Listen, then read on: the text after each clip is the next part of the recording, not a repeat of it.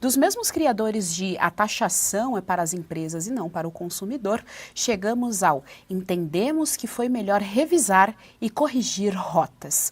Na calada da noite, depois de anunciar o aumento da taxa do IOF para forrar os cofres da União, ministro da Fazenda volta algumas casas no tabuleiro.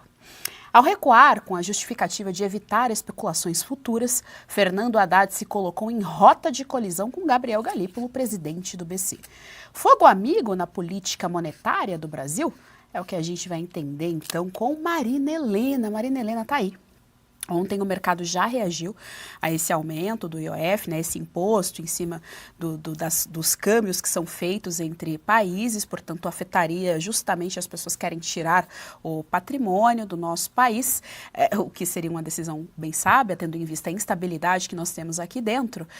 E a gente viu que o Gabriel Galípolo se pronunciou dizendo que não estava sabendo, não teve esse posicionamento, né, essa conversa, esse diálogo entre Haddad e Galípolo. O que chama atenção também, Marina Helena, é que quando o Haddad deu a primeira declaração depois desse recuo, é nítido que ele não tem a menor ideia do que se trata. Ele não consegue entender a burocracia que diz respeito à economia de um país, ao mercado financeiro de um país. Assim, é nítido que ele está igual ao meme do John Travolta, completamente perdido.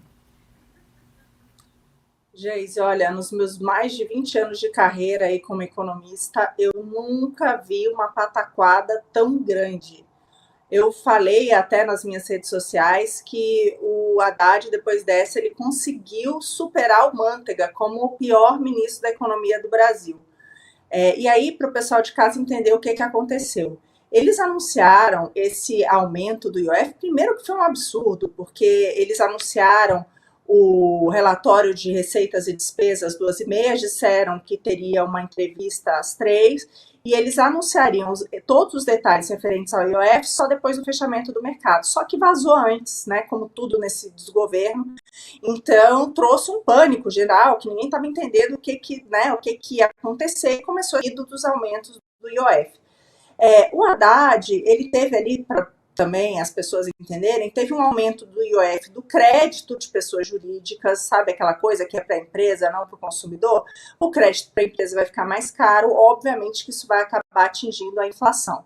Ele também colocou 5% de alíquota em qualquer um que vá fazer a sua previdência privada, o VGBL, a partir de R$50 mil. Com esse escândalo no INSS, quem decide ter uma aposentadoria privada vai ser impactado.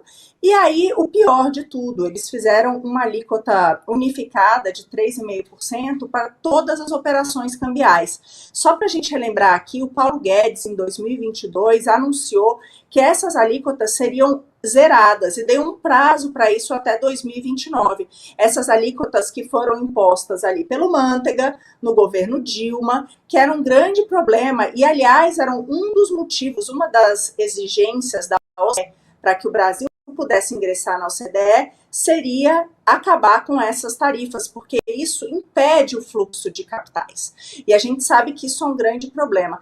Isso, Geise, é controle de capital puro, na veia.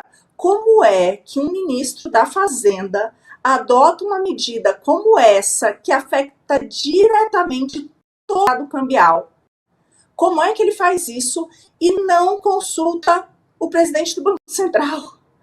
Pior ainda, em janeiro, o Haddad correu, porque o câmbio estava muito pressionado, para de pé junto de que não faria nenhum tipo de IOF ou de controle cambial. Ele falou sobre isso, o Galípolo falou sobre isso, e agora ele toma essa decisão e não fala com o presidente do Banco Central. Olha que maluquice.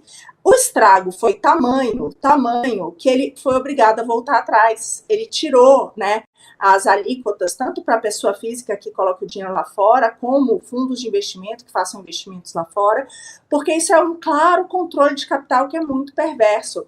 E ainda bem que ele recuou, porque é uma medida horrível. Imagina o seguinte, de repente eles colocam 3,5% de controle de capital. O que me garante que amanhã não pode ser 5%, depois 10%, depois 20%? O que aconteceu quando o Manteiga tomou essas medidas lá atrás?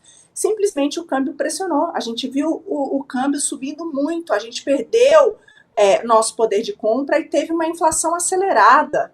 Então, risco muito grande, é uma sinalização péssima para o mercado. É dizer o seguinte: olha, toma cuidado, porque se eu quiser, do dia para a noite, você simplesmente não vai mais poder botar o seu dinheiro para fora. Isso leva a uma grande fuga de capitais. E era isso que ia gerar. Então, o Haddad recuou. Ele deu esse pronunciamento, né, que os detalhes só ficaram disponíveis no final do dia, e ali, de madrugada, ele revogou essa ideia. E o pior de tudo, o Ministério da Fazenda faz um tweet dizendo o seguinte: depois de analisar, depois de estudar, decidimos voltar atrás. Ô, Geise, por que eles não analisaram e estudaram antes? Assim, eu nunca vi uma coisa tão absurda como essa. Um Banco Central que não foi consultado, ninguém de mercado ser consultado e voltar. Agora, o que eu falo é o seguinte: a caixinha de Pandora foi aberta. Não dá mais para devolver o Jumpadá. Uma vez que eles deram numa canetada uma medida como essa, tá todo mundo ligado de que, sim, eles podem fazer com que você não consiga colocar o seu dinheiro para fora do país. Então, essa credibilidade é uma aula, né? Se é que tinha alguma credibilidade ainda o Haddad, mas como acabar com uma reputação foi uma pataquada como essa.